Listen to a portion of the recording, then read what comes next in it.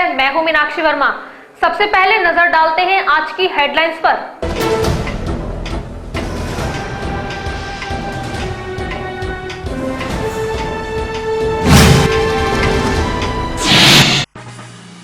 मुख्यमंत्री अखिलेश यादव की महत्वाकांक्षी योजना के अंतर्गत राजकीय इंटर कॉलेज में 1440 लाभार्थियों को किए गए लैपटॉप वितरित। गुरुवार शाम युवती से छेड़छाड़ करते मनचले को लोगों ने पकड़कर जमकर धुना, पुलिस ने हिरासत में लेकर की कार्यवाही। चरथावल के गांव न्यामू में हुए विवाद में ग्राम प्रधान पर कार्रवाई न होने से गुस्साई आंगनबाड़ियों ने थाने के सामने लगाया जाम, पुलिस ने आश्वासन के बाद खुलवाया जाम।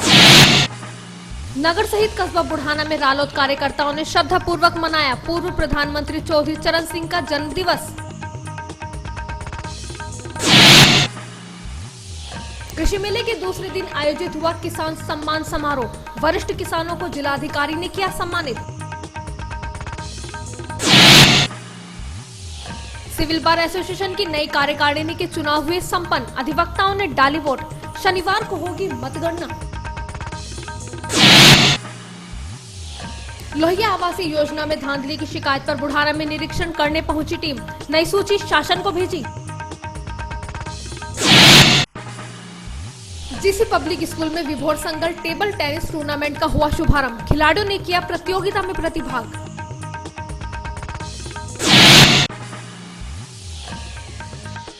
कस्बा बुढ़ाना में मोटरसाइकिल फिसलने से दंपत्ति हुआ घायल, बुढ़ाना सीएससी में कराया गया भर्ती। शिक्षा मित्र समायोजन मामले में आदर्श शिक्षा मित्र वेलफेयर एसोसिएशन 26 दिसंबर से जिलाधिकारी कार्यालय पर आरंभ करेगा धरना। खेल निदेशालय के तत्वाधान में स्टेडियम में आयोजित हुए हॉकी और फुटबॉल टूर्नामेंट।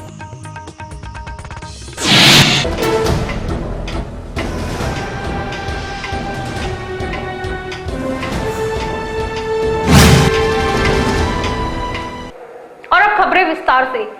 प्रदेश सरकार द्वारा शुरू की गई योजना के अंतर्गत 2016 के मेधावी छात्र छात्राओं को लैपटॉप वितरित किए गए। वितरण कार्यक्रम का उद्घाटन जिलाधिकारी दिनेश कुमार सिंह द्वारा किया गया। कार्यक्रम में 400 से अधिक छात्र छात्राओं को लैपटॉप वितरित किए गए। वहीं शेष विद्यार्थियों को उनके कॉलेज में ही लैपटॉप वितरित किए जाएंगे।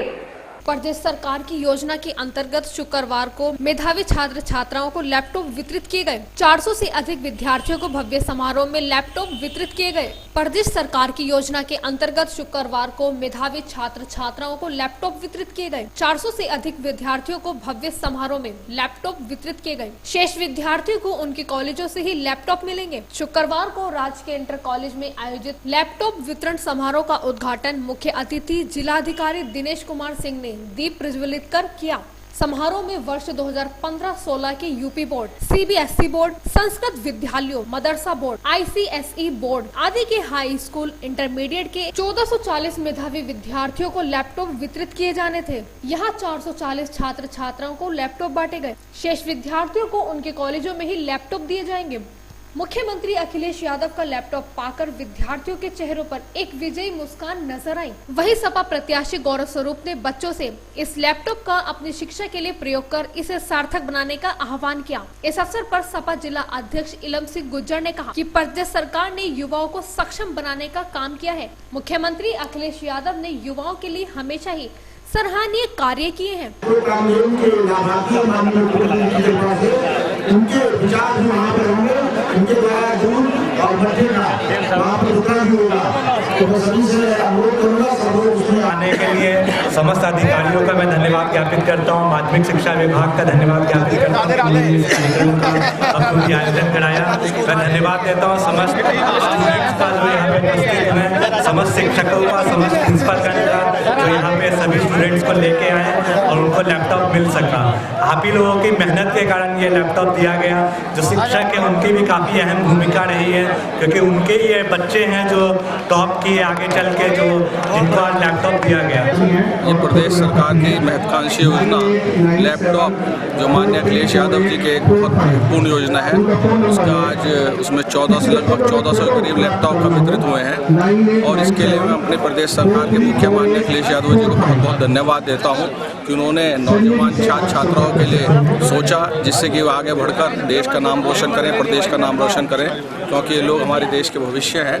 और हमारे देश के मुख्यमंत्री खुद एक टेक्नोक्रेट हैं और पढ़े लिखे मुख्यमंत्री हैं। वो जानते हैं कि अगर बच्चों को आगे बढ़ना है तो उनको हर चीज़ से जो लेटेस्ट टेक्नोलॉजी है उससे इक्विप करना पड़ेगा, जिससे वे हमारे और देश और विदेश के बच्चों के साथ कंपटीशन कर सकें। मैं उनका बहुत बहुत धन्यवाद करता हूँ और जिला प्रशासन को भी धन्यवाद देता हूँ कि वो सरकार की योजनाओं को आम जनता तक पहुँचा रही है, उनका इम्प्लीमेंटेशन बहुत अच्छे से कर रही है।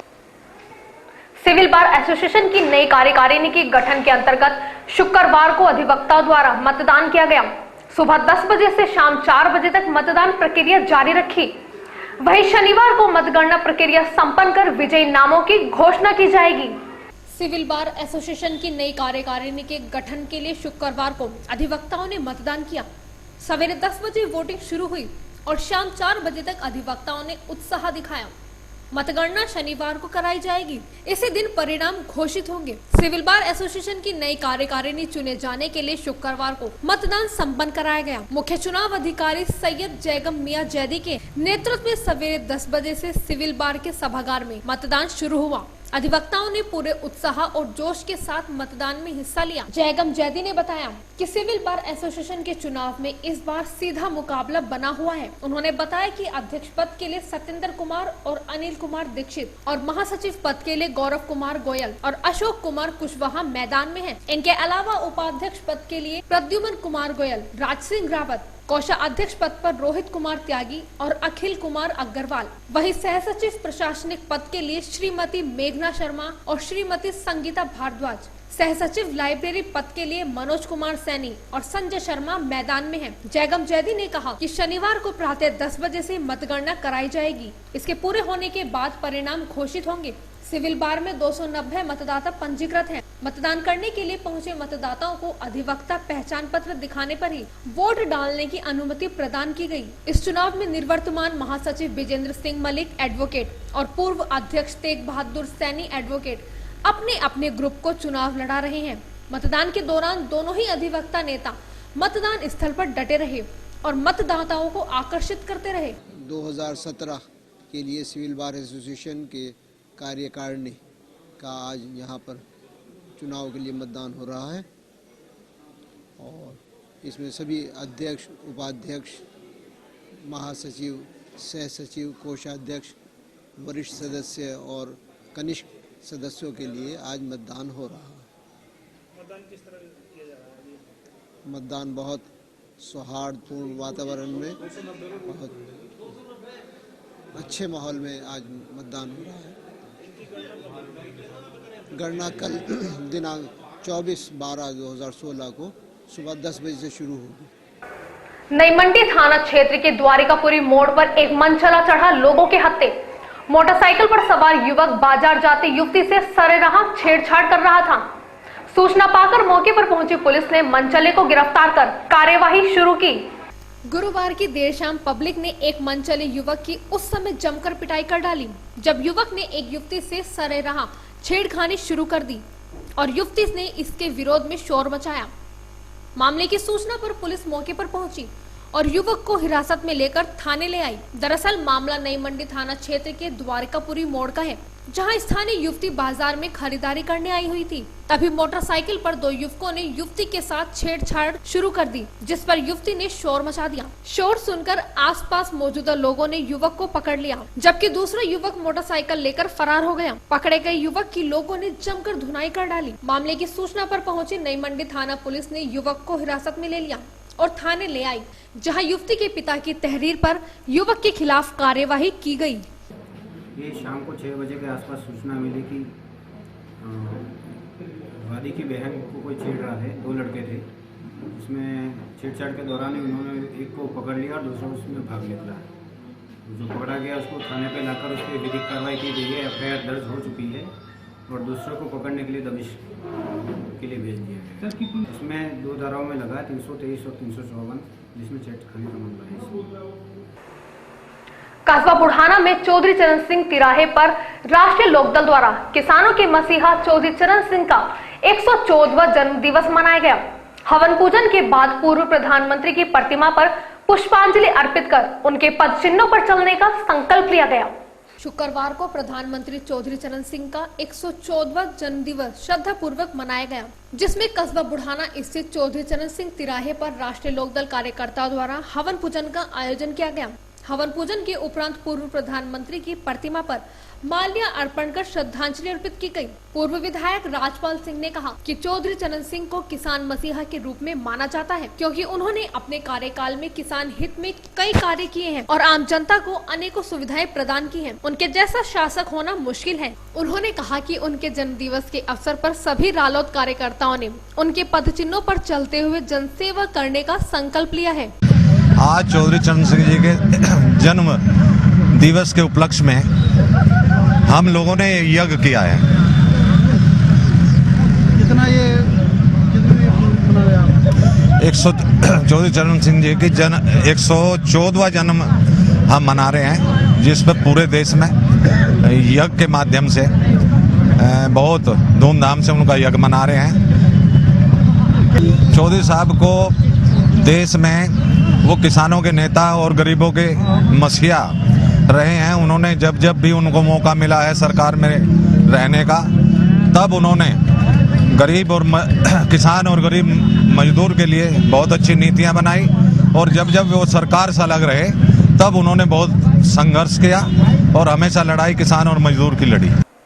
जिला प्रशासन द्वारा आयोजित कृषि मेले के दूसरे दिन पूर्व प्रधानमंत्री चौधरी चरण सिंह की जयंती मनाते हुए दंगल का आयोजन किया गया, साथ ही किसानों को सम्मानित किया गया। नुमाइश मैदान के पंडाल में आयोजित 3 दिवसीय कृषि मेले के दूसरे दिन नुमाइश पंडाल में पूर्व प्रधानमंत्री चौधरी चरण सिंह की जयंती के अवसर पर किसान सम्मान समारोह का आयोजन किया गया, जिसमें दूर दराज से आए किसानों को सम्मानित किया गया। किसान दिवस में भारतीय किसान यूनियन के जिला अध्यक्ष राजू अहलावत, जिलाधिकारी दिनेश कुमार सिंह, जिला कृषि निदेशक और जिला गन्ना अधिकारी उपस्थित रहे। इस अवसर पर नुमाइश मैदान में विशाल दंगल का आयोजन भी किया गया, जिसमें प्रसिद्ध पहलवानों ने अपना दमखम दिखाया। वहीं कृषि मेले के अंतर्गत पशु प्रदर्शनी भी लगाई गई, जिसका अवलोकन जिलाधिकारी दिनेश कुमार सिंह ने किया। आज ये 3 दिवसीय मेला आयोजित किया गया। कल इस मेले का पहला दिन था। आज चौधरी चरण सिंह साहब का जन्म दिवस है, जो हमारे भूतपूर्व प्रधानमंत्री जी भी रहे हैं। उनको किसान मसीहा के रूप में देखा जाता था, इसलिए उनको जन्म दिवस के अवसर पर किसानों के सम्मान के रूप में किसान दिवस मनाया जाता। इस आयोजन में विभिन्न विभाग, जिसमें कृषि, उद्यान, पशुपालन, गन्ना, कृषि विज्ञान केंद्र, इतने विभागों के द्वारा किसानों को पुरस्कृत और सम्मानित किया जाएगा। जिन किसानों ने पिछले 1 वर्ष में विभिन्न फसलों में सर्वाधिक उत्पादकता प्राप्त की है, उसमें विकासखंड स्तर पर 1 किसान और जनपद स्तर पर 2 किसान प्रत्येक फसल के अंतर्गत उनको सम्मानित किया जाएगा। उनको 5,000 रुपये, 7,000 रुपये और 2,000 रुपये नकद पुरस्कार तथा साल एवं प्रशस्ति पत्र देकर के सम्मानित किया जाएगा। आज इस कार्यक्रम में हमारा ये है। इसके अलावा दंगल है, कवि सम्मेलन, मुशायरा, ये कार्यक्रम भी आयोजित किए गए हैं। बाहर आप देख रहे होंगे दंगल का भी प्रोग्राम है, और किसानों के मनोरंजन के लिए रागनी का भी प्रबंध किया गया। जीसी पब्लिक स्कूल में 3 दिवसीय छठा विभोर संगल टेबल टेनिस टूर्नामेंट का शुभारंभ हुआ, जिसमें अनेकों जनपदों से आई विद्यालयों की टीमें प्रतिभाग कर अपनी खेल प्रतिभा को प्रदर्शित करेंगी। शुक्रवार को कुकड़ा रोड स्थित जीसी पब्लिक स्कूल में छठा विभोर संगल टेबल टूर्नामेंट का शुभारंभ किया गया, जिसमें मुजफ्फरनगर, शामली, सहारनपुर, बिजनौर, बागपत, गाजियाबाद और नोएडा सहित अनेकों जनपदों के ख्याति प्राप्त खिलाड़ी प्रतिभाग कर रहे हैं। ये टूर्नामेंट 3 दिनों तक आयोजित किया जाएगा, जिसमें 4 आयु वर्ग में प्रथम, द्वितीय और तृतीय स्थान के विजेताओं को पुरस्कृत किया जाएगा। साथ ही सर्वश्रेष्ठ प्रदर्शन करने वाली स्कूल की टीम को ट्रॉफी भेंट की जाएगी। विद्यालय के प्रधानाचार्य आजाद वीर ने बताया कि विद्यालय के प्रथम छात्र विभोर संगल की दुर्घटना में मौत हो गई थी, जिसकी याद में पिछले 6 वर्षों से इस टूर्नामेंट का आयोजन किया जा रहा है। आज विद्यालय में विभोर संगल की स्मृति में अंतर विद्यालय टेबल टेनिस टूर्नामेंट का उद्घाटन हुआ है, जिसमें उत्तर प्रदेश के विभिन्न जनपदों के, जिसमें मुजफ्फरनगर, शामली, सहारनपुर, बागपत, बिजनौर, मेरठ, गाजियाबाद, आगरा, बुलंदशहर, नोएडा आदि जिलों के ख्याति प्राप्त स्कूली बालक बालिकाएं अलग अलग वर्गों में भाग ले रही हैं। विद्यालय ने इस टूर्नामेंट को कराने के लिए बाहर से आई हुई सभी टीमों के खाने की और ठहरने की निःशुल्क व्यवस्था की है। विद्यालय टेबल टेनिस खेल को बढ़ावा देने के लिए इस तरीके का आयोजन प्रतिवर्ष विभोर संगल की स्मृति में करता आ रहा है। ये हमारा छठा आयोजन है। हम प्रतिवर्ष लगभग दिसंबर के अंतिम सप्ताह में इस तरीके का आयोजन करते आ रहे हैं। एक छोटे से ब्रेक के बाद जल्द हाजिर होंगे, बने रहिए न्यूज़ 7 के साथ।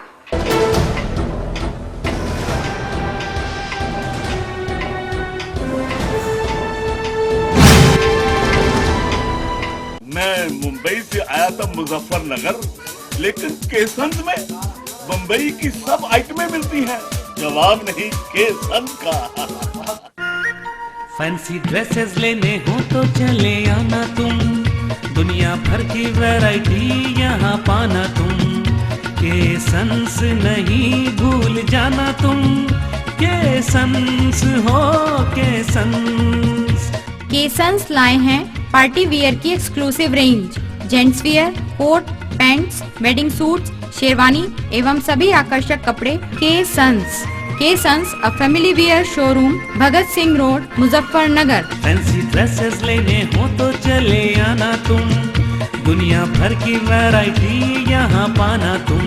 केसंस नहीं भूल जाना तुम।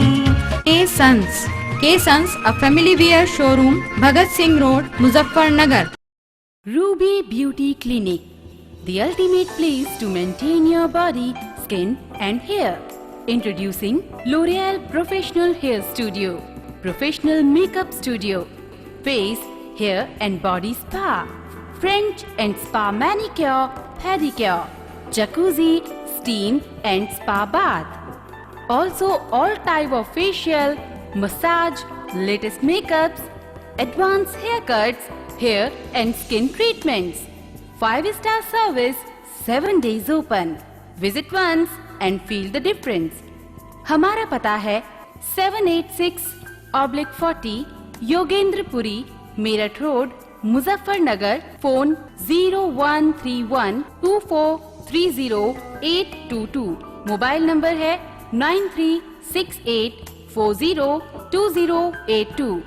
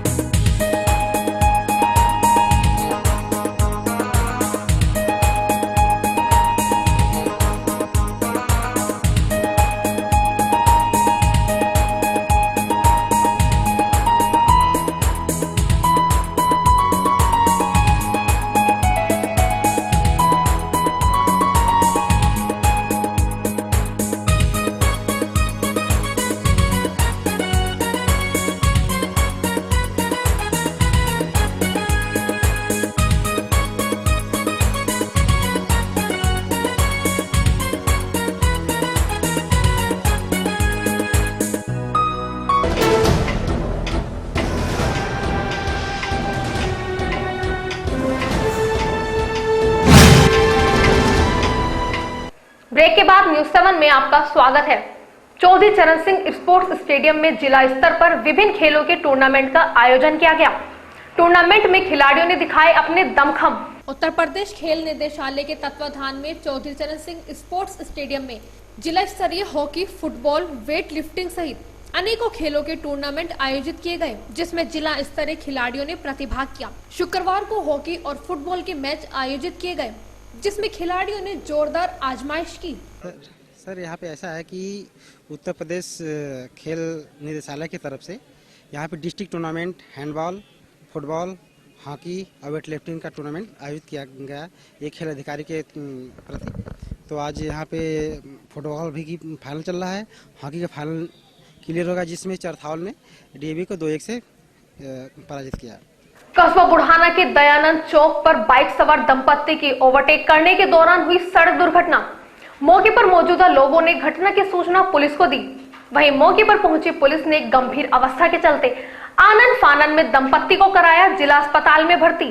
मुजफ्फरनगर कस्बा बुढ़ाना के दयानंद चौक पर बाइक सवार अबरार और खुर्शीदा ओवरटेक करने के चक्कर में बाइक से फिसलकर गिर गए, जिसमें अबरार और खुर्शीदा गंभीर रूप से घायल हो गए, जिनको लोगों की सहायता से सीएचसी बुढ़ाना में पहुंचाया गया, जहां से घायल अबरार को जिला अस्पताल रेफर कर दिया गया, जहां पर उसकी हालत गंभीर बनी हुई है। घटना उस समय हुई जब अबरार अपनी पत्नी के साथ मेरठ से बुढ़ाना के गांव हुसैनपुर कला आ रहा था।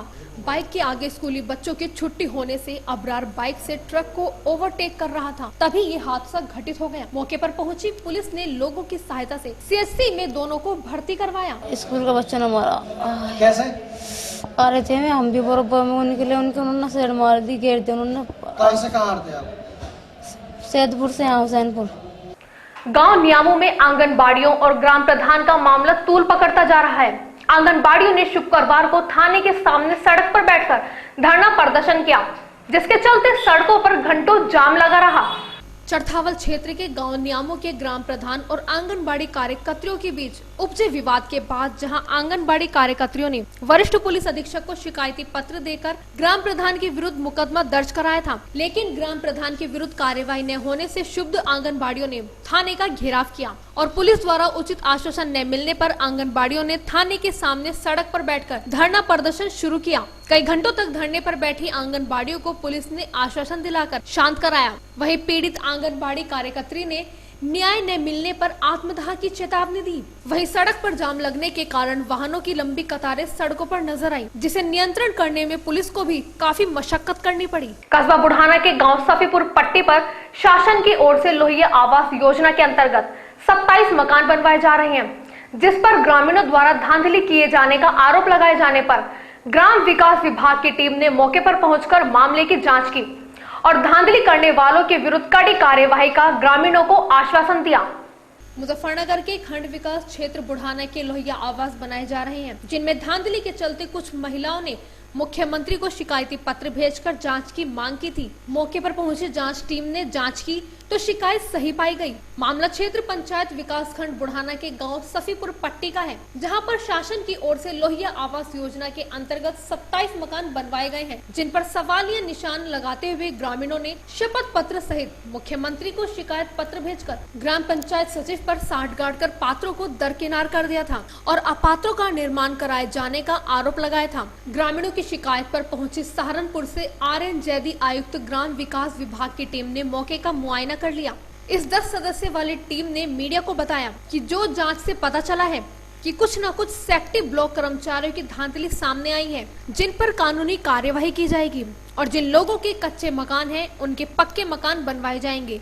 नई सूची तैयार कर शासन को भेजकर कार्यवाही की जाएगी। ये जी जाँच कराना आए थे, मकान की जाँच कर रहे थे, कच्चा है पक्का है, कच्चा मकान है जी। हमारा नाम तो हमारा जी 3-4 बार आ लिया, पर ये नहीं पता किस कारण तक वहाँ का वही कट जा, पक्का क्या उल्टा वापस भेज दिया। इनका मकान पक्का है, इस कारण तक हमारा जी वापस नाम चला जा।